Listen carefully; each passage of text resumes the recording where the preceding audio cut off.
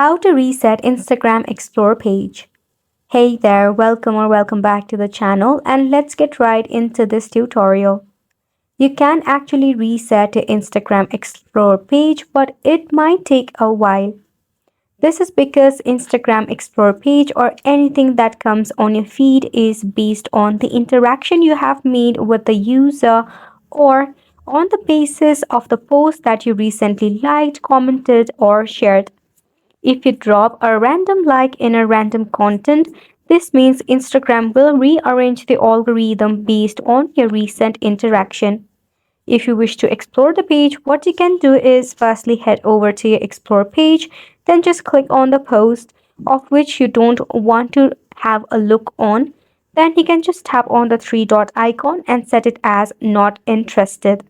Then you will see this option, manage content preference. You can click on this option as well. From here, you can check out all of the interested pages that you have added.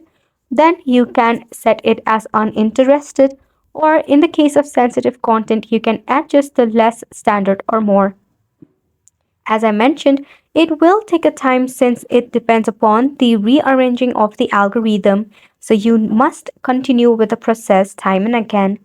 This sums up the tutorial as well. Thank you so much for tuning in.